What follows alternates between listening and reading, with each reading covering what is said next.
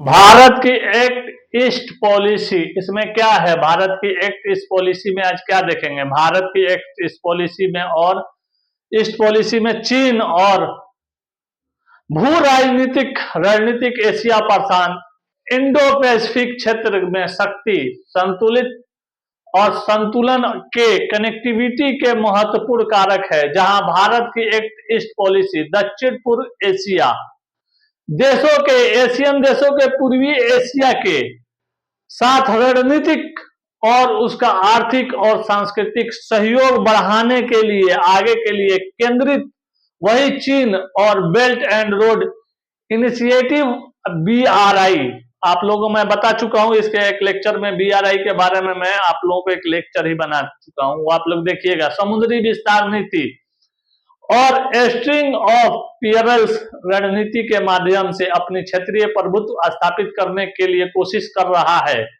कौन कर रहा है? चीन कर रहा है। भारत और चीन की ये नीतियां केवल आर्थिक सहयोग तक सीमित नहीं है, बल्कि इनका प्रभाव राजनीतिक और भू राजनीतिक जियोपॉलिटिकल संतुलन पर भी काफी असर और प्रभाव डालता है या असर पड़ता है। जो आप लोग लिखना वो लिख के आइएगा, कोई दिक्कत नहीं। भारत की एक्ट ईस्ट पॉलिसी में उद्देश्य और रणनीति पृष्ठभूमि और विकास। एक्ट ईस्ट पॉलिसी 2014 में प्रधानमंत्री नरेंद्र मोदी जी के द्वारा सरकार की जो शुरुआत की गई थी उसमें 1991 में लागू की गई।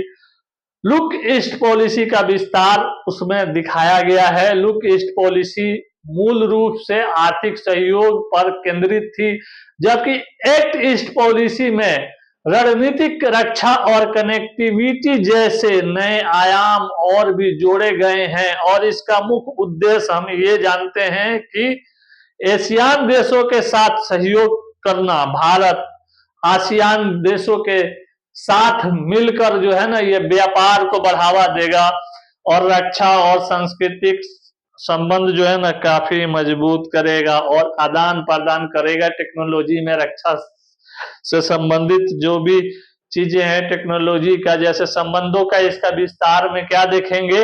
इस नीति के तहत भारत, जापान, दक्षिण कोरिया, ऑस्ट्रेलिया और प्रशांत द्वीपीय देशों के साथ भी इसका काफी संबंध बढ़ रहा है भारत का। इस नीति के तहत भारत, जापान, दक्षिण कोरिया, ऑस्ट्रेलिया और प्रशांत द्वीपीय देशों के साथ संबंध बढ़ाने के साथ साथ पैसिफिक क्षेत्रों में सक्रिय भूमिका। भारत क्वाड जैसे भारत, अमेरिका, जापान, ऑस्ट्रेलिया और अन्य संगठनों के माध्यम से क्षेत्रीय स्थिरता को मजबूत बनाने की कोशिश कर रहा है, ताकि भारत के इर्द गिर्द कोई इलीगल एक्टिविटी नहीं हो और ये सारे मिलके जो है ना सही ढंग से, सुचारू ढंग से अपना जो है ना जीवन का निर्वाह करें और देश के हित के लिए काम करें और देश के हित के लिए ये उत्तरदायी रहें। सारे देश जितने हैं आर्थिक और व्यापार सहयोग में क्या देखेंगे?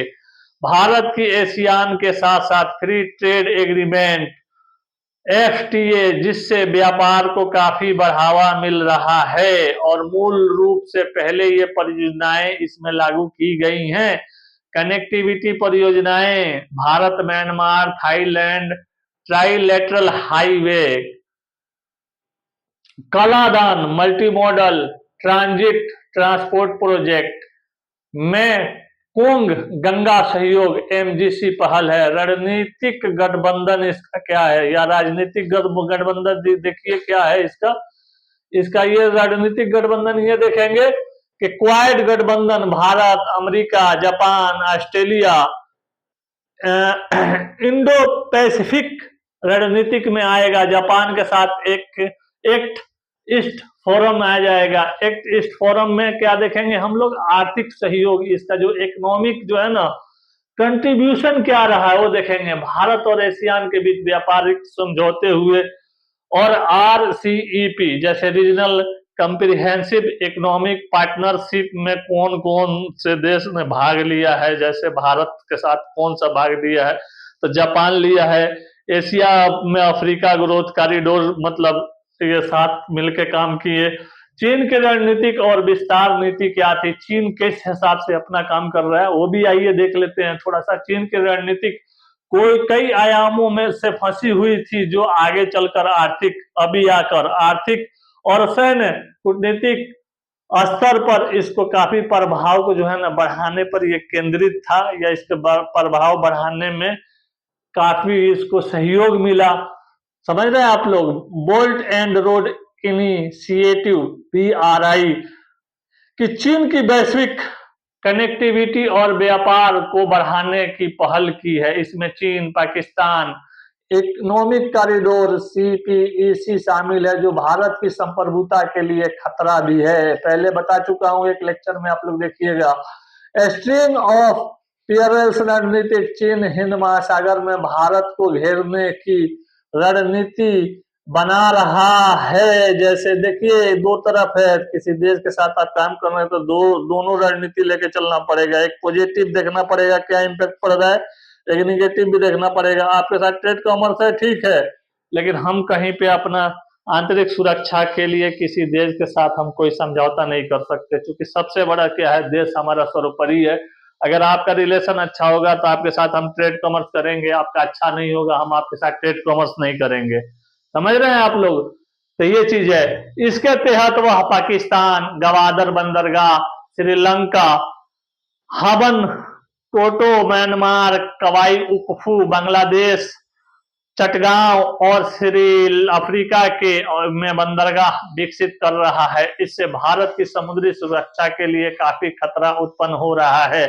साउथ चाइना सी के आक्रामकता, चीन दक्षिण चीन सागर में कृत्रिम द्वीप बनाकर वहां सैन्य ठिकाने स्थापित कर रहा है। इस क्षेत्र में कई एशियान देशों के साथ उसको सीमा जो है विवाद चल रहे हैं और सीमा विवाद लगे पड़े हैं उसके। Bharat freedom of navigation operations क्या है ये आप लोगों को, ये जो है इसका समर्थन कौन करता है? साउथ चाइना सी में स्वतंत्र व्यापार को वकालत करता है। चाइना क्या बोलता है कि नहीं, चाइना जो कर रहा है वो बिल्कुल सही कर रहा है, कोई गलत काम नहीं कर रहा है। वहां की जो पॉलिसी है ना अजीबोगरीब है। अब क्या कीजिएगा, देखिए जो देश की जो रणनीति होगी उसी हिसाब से वो काम करेगा। हिंद महासागर में विस्तार, चीन अपनी नौसैनिक शक्ति को मजबूत कर रहा है और अफ्रीका मजबूती से सैन्य अड्डे स्थापित कर चुका है। अफ्रीका भी है ना, जो माननी हुई बात है, इन्वेस्ट करना चालू कर दिया है, ये मान के चलिए। और अमेरिका जो है ना हर जगह पे टांग अड़ा रहा है आज के टाइम में। अमेरिका जो है ना इन्वेस्ट कर रहा है वहां पे अफ्रीका के अंदर, और धीरे धीरे उसको भी प्रोग्रेस करेगा। इससे भारत के समुद्री हितों को चुनौती मिल सकती है। देखिए जहां हम इन्वेस्ट करने जाएंगे वहां पे अमेरिका आ गया और मार्केट पकड़ लिया, समझ गए आप लोग। तो वहां उस देश से उसका जो है ना पारस्परिक संबंध जुड़ जाएगा, जहां हमारा जुड़ना चाहिए हमारा नहीं जुड़ रहा है, वहां उसका हित उसका लाभ होगा, वो अपने हित के लिए काम कर रहा है। भारत की एक्ट ईस्ट पॉलिसी बनाम चीन की रणनीति, तुलनात्मक इसका विश्लेषण देख के क्या करेंगे, भारत के सामने चुनौतियां और आगे की राह में चुनौतियां ही चुनौतियां, भरीपूर्ण चुनौतियां लगी पड़ी हैं भारत के आगे। समझ रहे हैं आप लोग। तो ये चुनौती से हमें जो है ना लड़ना भी है और इसको एक कूटनीतिक रूप लेके हमें आगे भी बढ़ना है। समझ रहे हैं। एशियान देशों से चीन का प्रभाव, एशियान के कई देशों में चीन के साथ गहरे व्यापारिक संबंध रखते हैं, जिससे भारत को अपनी स्थिति मजबूत करने में काफी कठिनाई होती है। पूर्वोत्तर भारत में बुनियादी ढांचों की कमी होने के कारण भारत की कनेक्टिविटी परियोजनाएं चीन की तुलना में धीमी गति से आगे बढ़ रही है, क्योंकि वहां पे जो है ना शुरू से ही अपने फॉरेन पॉलिसी पे और इंटरनेशनल ट्रेड एंड कॉमर्स पे काफी ध्यान दिया है। समझ रहे हैं आप लोग। इसलिए देखिए जहाँ पे क्या होगा, ट्रेड कॉमर्स जहाँ पे जितने ज्यादा डेवलप होंगे, जहाँ पे जितने ज्यादा एक्सपोर्ट होंगे इंपोर्ट होंगे और साझेदारी होगी टेक्नोलॉजी से लेके और सारा कुछ वहाँ का, ट्रेड कॉमर्स से लेके वहाँ का इंफ्रास्ट्रक्चर से लेके एजुकेशन से लेके वहाँ डिफेंस से लेके हर चीज में वो कंट्री तो आगे जाहिर सी बात है आगे राइज करेगी ही। आइए पूर्वोत्तर और एशियान से जुड़ी बुनियादी ढांचे परियोजनाओं को शीघ्र पूरा करना चाहिए। क्वाड और अन्य संबंधों को मजबूत करना, भारत के हिंद महासागर क्षेत्र में स्वतंत्र व्यापार और सुरक्षा सुनिश्चित करने के लिए अपने साझेदारी के साथ मिलकर काम करना चाहिए। आर्थिक सहयोग पर विस्तार, एशियन और प्रशांत देशों के साथ व्यापार और निवेश को बढ़ावा देने की जरूरत है और बढ़ावा देना चाहिए। इसमें क्या देखेंगे, डिजिटल कनेक्टिविटी और टेक्नोलॉजी साझेदारी, भारत जापान और अन्य देशों के साथ मिलकर डिजिटल क्षेत्र में सहयोग को मजबूत कर सकता है। अब इसका थोड़ा सा हम निष्कर्ष देखेंगे। देखिए भारत जो है ना, देखिए जापान क्या है, जापान पे जब हिरोशिमा पे एटम बम गिरा था ना, उसी टाइम से जापान टेक्नोलॉजी पे जो है ना बहुत ज्यादा ध्यान दिया। और देखिए जितने रिबोटिक वगैरह सिस्टम है ना, और देखिए चाइना पता है म्यांमार से क्यों ये करना चाह रहा है, कनेक्ट करना चाह रहा है अपने आप को। म्यांमार में जितने चिप लेवल के काम होते हैं ना, जितने टेक्नोलॉजी वगैरह है ना, चाइना का रीढ़ माना जाता है। जिस तरह संघाई वगैरह है ना, वहाँ पे बहुत ज्यादा ये क्या बोला जाए आपको, लैपटॉप से लेके हर चीज है ना वहाँ पे। तो इसलिए देखिए हर आदमी, मोबाइल फोन हो गया, लैपटॉप हो गया, टेक्नोलॉजी, रोबोटिक सिस्टम हो, मतलब हर चीज हो गया है आपको। यहाँ तक कि स्पेस एजेंसी तक भी जो है ना बहुत ज्यादा उनका ये है, योगदान है उसमें। चाह रहा है यूएस, देखिए जहाँ दो ही चीज के लिए मार्केट में लड़ाई है, टेक्नोलॉजी और एक पावर के लिए। पावर क्या आ जाएगा, हमारा तेल आ जाएगा। ये चीज ध्यान रखिएगा। लो पावर आप लोग समझ रहे हैं ना, बता रहा हूँ आप लोग पढ़ते चलिए। तेल एनर्जी के लिए है और एक टेक्नोलॉजी के लिए है, दो ही चीज है ना आज के टाइम में है। पूरा पूरा यूनिवर्स में चल रहा है, पूरा ब्रह्मांड में चल रहा है, इसकी पूरी दुनिया में चल रही है, ये मान के चलिए।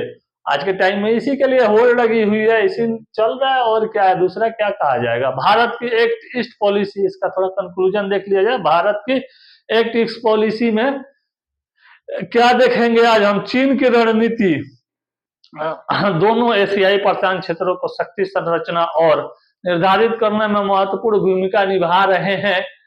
और भूमिका निभाते के साथ साथ क्या है, भारत को चीन की आक्रामक नीतियों का संतुलन बनाने के लिए अपनी कनेक्टिविटी परियोजनाओं को गति देने, रणनीतिक साझेदारी को मजबूत करने और समुद्री सुरक्षा को प्राथमिकता देने की काफी जोर जो है ना आवश्यकता देनी